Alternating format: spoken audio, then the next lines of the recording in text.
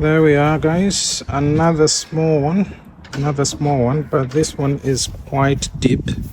So as you can see, this one doesn't really have good drainage, and as you can see some of that, but it's another cutting out. So we're not going to do much on this one besides just cutting the grass. So this is before. As you can see how thick it is, very, very thick. So we'll start off with the strimmer, then we'll do the mower at the end. Otherwise we won't be able to run the mower on this thick grass. There you go. So this is your before, and the garden stretches to that.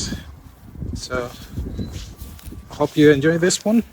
Stay tuned and make sure to click on the subscribe button and notification for us to give you more and more. But hopefully you enjoy this one. It's a neat small one. So streamer first, then we'll do the mower after.